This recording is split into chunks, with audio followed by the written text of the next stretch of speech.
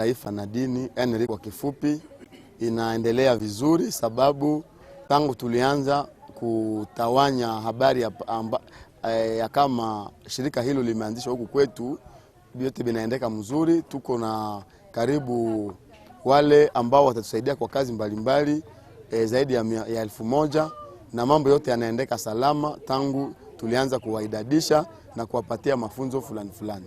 Inaonekana mliandaa kazi kwa wale ambao wameweza kujidadisha kwenye ENRI, sijui mambo yale yanafikia wapi.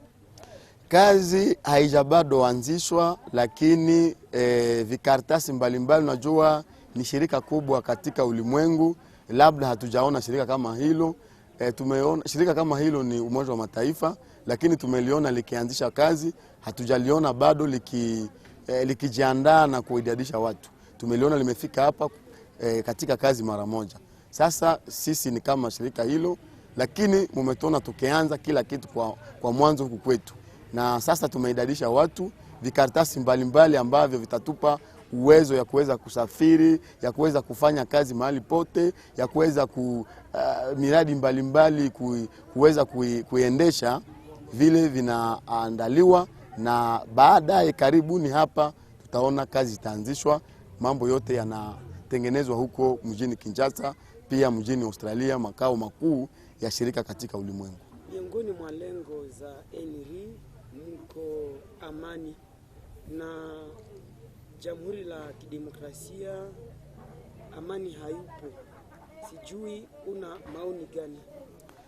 Ndiyo, kama tumeundwa mwaka 1997 hapa Canberra mjini Australia, sababu ya kuweza kutazama pamoja, kuwa na msimamo pamoja, na kama namna gani amani itakuwepo, usalama, pia maendeleo, hasa zaidi haki za binadamu kupitia usalama wa raia wote. Lakini tunaona sehemu za huku kwetu, sehemu za mashariki, jimbo la Ituri, jimbo la Kivu ya kaskazini na kusini, usalama umezorota na amani haipo. Na ndio maana tunapiganisha juu chini. Hapa karibuni tukiwa kazini na tukiweza kuongea pamoja na kupanga pamoja na taifa mbalimbali, zaidi sana taifa yetu ya Jamhuri ya Kidemokrasia ya Kongo, tunajua ya kwamba mambo yote yatakuwa mazuri. Lakini tunawaita wale, tunatoa mwito kwa wale wa ndugu zetu na dada zetu ambao wanasababisha ukosefu wa usalama. Ni wanadamu kama sisi, lakini wanatutesa. Tunawaomba walete silaha na waje wakajidadisha na waweze kuacha mambo kama hayo ya kinyama ambayo wanaendesha, na pia waturudishie usalama. Kama wanachelewa, kuna mipango ya juu itakamatwa, na wao wataweza kushangaa kama wamebaki katika mambo haya namna gani.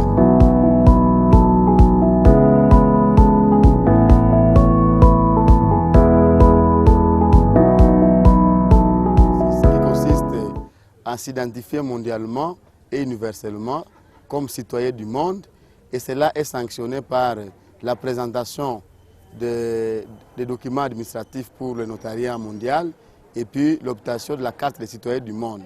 C'est une identité universelle et qui permet aux détenteurs de cette identification et de cette carte des citoyens du monde d'aller, de revenir, de résider dans n'importe quel pays en mission pour les causes de l'organisation, pour la paix, la sécurité et le développement, selon les missions et les objectifs des Nations et Religions Unies, Organisation mondiale.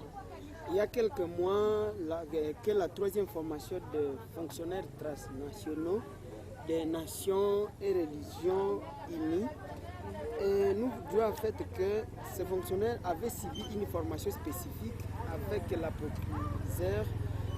Excellence c'est juste au niveau mondial à provenance de Kinshasa. Pouvez-vous nous parler de leur situation actuelle en rapport avec leur affectation? Depuis 2017, comme je l'ai évoqué tantôt, que nous venons de faire 3 ans d'implantation ici à Ville de Butembo et à Viron, Nous avons organisé la première, la deuxième et la troisième formation en 2019. Et je vous ai parlé d'un nombre d'à peu près 1500 fonctionnaires sur l'étendue de la province du Nord Kivu, dans tous les territoires et dans les 3 villes que nous avons. Et l'état de leur évolution administrative évolue très bien, au point que bientôt ils auront leur carte de citoyen du monde, ils auront leur affectation au sein de l'organisation, ils auront aussi des numéros matricules, ils seront mécanisés, et ils auront des fonctions et puis ils vont travailler. Et une fois le lancement est passé, on va passer à l'étape opérationnelle. Et donc chaque fonctionnaire qui sera en ordre avec le recrutement, la formation, l'état civil mondial, il y a des fiches que nous sommes en train de compléter. Ce sont des fiches d'identification salariale et fonctionnariale. Et ce sont des fiches qu'il faut accéder les fonctionnaires au salaire de l'organisation. Donc d'ici là, tout va se passer bien et on va entrer en fonction. Mais depuis un certain temps, vous avez promis aux fonctionnaires recrutés, formés, d'entrer en fonction après des cérémonies d'officialisation de l'organisation pour sortir du chômage et bénéficier de plusieurs avantages des nations et religions unies. Que rassurez-vous alors? Oui, tous les fonctionnaires qui ont suivi la formation après être recrutés, tous les fonctionnaires qui sont en train de cheminer positivement avec nous, d'abord ils seront des fonctionnaires transnationaux, ce qui traduit que les responsabilités seront étendues au-delà d'une seule nation. Ça c'est un. 2, ils vont travailler dans différents postes d'attache selon les différents domaines que nous organisons. Nous avons plusieurs structures, plusieurs agences spécialisées, des organes et des organismes, une vingtaine. Et domaine par domaine, les fonctionnaires vont travailler. Troisièmement, ils auront des immunités et des privilèges extraterritoriaux sur l'étendue de la planète Terre, dans tous les pays membres, dans toutes les religions membres. Et ces fonctionnaires vont travailler partout là-bas et ils vont jouir d'un salaire décent et d'autres avantages liés au poste de chacun, selon les grades, selon les responsabilités que l'un ou l'autre aura à recevoir de la part de l'accréditation du secrétaire général, qui est le premier citoyen du monde de l'organisation. À vous attendre dire, Excellence, les choses sont désormais très sérieuses et bientôt les agents seront au travail. Seuls les recrutés et formés sont-ils les bénéficiaires ou une clémence peut toujours s'étendre pour de nouvelles unités? D'office, tous les recrutés formés et qui sont en ordre avec l'état civil mondial, ils sont des fonctionnaires et des agents et ils vont travailler. Mais cela ne limite pas l'opportunité pour tous ceux-là, la population qui nous suit, les auditeurs qui nous suivent de partout. Ils peuvent encore venir, ils peuvent tenter la dernière chance. Et je crois que cette semaine, nous allons les attendre parce que d'ailleurs, c'est une occasion pour nous de leur inviter de venir demain participer à une conférence très importante qui clôture même l'étape de l'état civil. C'est au lycée Butembo Mukuna, de 14h à 16h. Et là, nous allons recevoir beaucoup de nouvelles unités, ceux qui veulent cheminer avec nous, ceux qui veulent être des ouvriers et des ouvrières de la dernière heure. La dernière occasion leur est offerte parce que après cette semaine, je crois, nous aurons acheminé à la légation pilote pour les pays territoires d'Afrique centrale, tous les documents, toute la documentation que nous avons pour qu'on clôture cette étape-là. Et donc, nous invitons la population, ceux qui veulent nous découvrir, ceux qui traînaient encore les pas, de venir demain au lycée Butembo à partir de 14h pour qu'ils nous découvrent et ils peuvent se rattraper s'ils sont vraiment d'accord avec nous. La dernière question, Excellence, vous êtes le représentant du secrétaire général des Nations et Religions Unies au Nord Kivu, où la paix est vraiment précaire et la sécurité très volatile. Quelle est l'analyse ainsi que votre rapport pour trouver des solutions durables et adéquates à la sécurité qui gangrène l'Est de la République démocratique du Congo? C'est vraiment une désolation que nous ne saurons exprimer. Et non seulement d'attendre, mais de voir et de palper des doigts tout ce qui se passe, non seulement à l'Est, mais beaucoup plus, mais en général en Est du Congo, et particulièrement à Beni et ailleurs.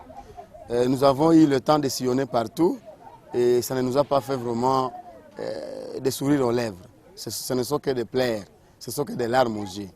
Alors, parmi les grands objectifs pour lesquels nous avons été créés, à côté des Nations Unies bien sûr, dans le cadre de la paix, c'est d'instaurer cette paix dans le monde.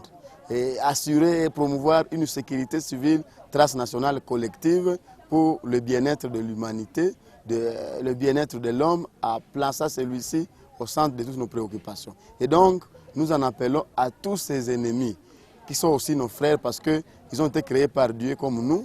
Tous ces ennemis de la paix, de la sécurité, nous leur demandons de déposer les armes, de venir s'identifier. Les FARDC sont en train de lancer un cri d'alarme envers ces frères et sœurs-là qui sont en train de s'aimer terreur et désolation parmi la population.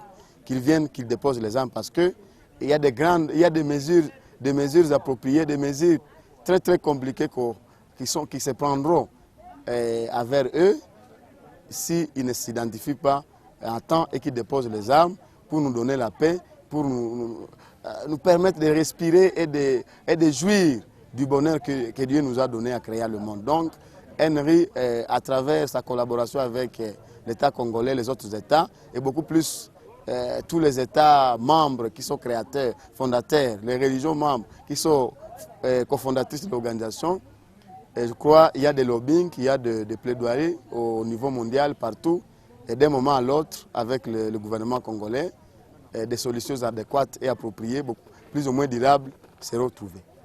Le message que vous pouvez adresser à la population de Butembo en particulier et à celle du monde en général? Le message, c'est un message d'encouragement. Tout en réitérant nos voeux le meilleur pour tous nos auditeurs, pour les amis de la plume que vous êtes, lesquels nous félicitons pour nous avoir accompagnés depuis le début jusqu'à présent par rapport à l'implantation qui n'est pas facile de cette grande machine planétaire dans le monde, particulièrement dans cette ville de par laquelle on nous écoute. Nous demandons à la population de s'approprier l'organisation NRI, Organisation mondiale, ainsi que ces mécanismes à partir desquels la paix doit rentrer dans le monde le plus rapidement possible. Il s'agit du réarmement moral, spirituel et responsabilité humaine. Nous appelons à tous ceux-là qui n'avaient pas encore découvert l'organisation de hâter les pas et de venir, mais beaucoup plus ceux qui doutaient encore parce que plus d'une fois nous sommes passés par dans vos rédactions et il y a eu des doutes que les populations ont émises et nous vous disons il n'y a plus de doute parce que tout est déjà clair. La date de la grande journée pour le lancement officiel des activités, passer de l'étape d'implantation à l'étape opérationnelle est déjà là. Et il y a des mobilisations, des préparatifs. Des grandes délégations viendront de l'étranger, des 5 continents du monde et de l'intérieur de la province pour se joindre à la haute hiérarchie à Kinshasa et lancer officiellement l'organisation. Et à partir de là, nous allons travailler et nous allons aider l'humanité, nous allons aider les États d'accueil pour retrouver la paix, pour assurer la sécurité, pour promouvoir la justice humanante et humaniste pour tous, et enfin un développement participatif intégré où la planète doit nous être un endroit propice pour vivre. Voilà le message que nous lançons à la population. NRI, c'est une organisation qui a été créée avec la volonté des États et des religions et qui voudrait intégrer tout le monde pour son bonheur, aider les États, aider la population de la base au sommet. Donc, c'est une organisation qui nous appartient, qui va travailler pour nous, avec nous et à faveur.